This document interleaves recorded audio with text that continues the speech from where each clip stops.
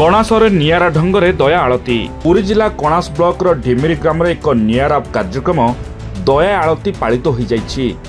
ढिमिरी ग्राम committee द्वारा यह नियारा कार्यक्रमटी आयोजन करा जाइथवा देखिबाकु मिलिथला। अतिथि भावे कणास थाना भारप्राप्त अधिकारी श्रीजुक्त प्रदीप कुमार जुझार सिंह और अतिरिक्त तहसीलदार जोगदे कार्यक्रम को उद्घाटन करिया परे एक विराट पटुआर ग्रामवासी और बहु मान्यगण व्यक्ति ग्राम परिभ्रमण करी दया नदी को जाइथिले। पर दया नदी कूल पूजार्चना करा जाई पारंपरिक भावे आरती करा जाइथिला। कणास अंचल हईजा तीव्र रूप धारण करिथवारु ताहाकु किभली दैवी शक्ति संपूर्ण निपात करा जाय परिबो पुराना परंपरा अनुसार एक कार्यक्रम करा जायथिला बोली सुनिबाकु मिलिथला।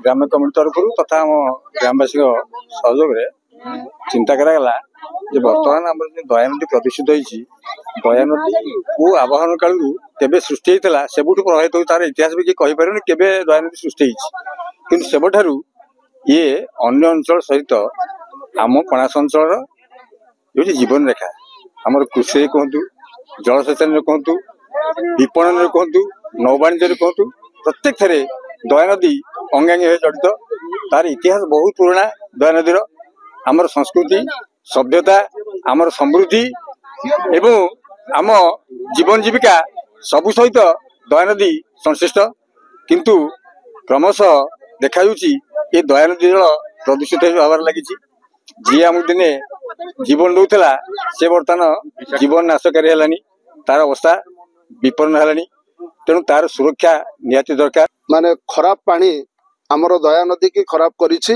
एवं एठी बसा पकई ता देहरे जो मला सब जहाँ भासुची ता देहरे पकाउछंती यार विशुद्धता बढ़ी जाउछि शुद्धता हेउ नाही सेतने शुद्ध एवं निर्मल रखिया पई आमे सरकार को अनुरोध करूछु एवं ग्राम पाख भाई मानु कहूछु दया जल को सफा रखी निर्मल करंतु एवं व्यवहार करंतु आमर से व्यवहार योग्य हो आउ आमे ताकू व्यवहार करी आम जीवन सुरक्षा रखिबा जो बंचई रखिबा। पुरी जिला कणासुरु मानस मार्था रिपोर्ट अक्षर लाइव।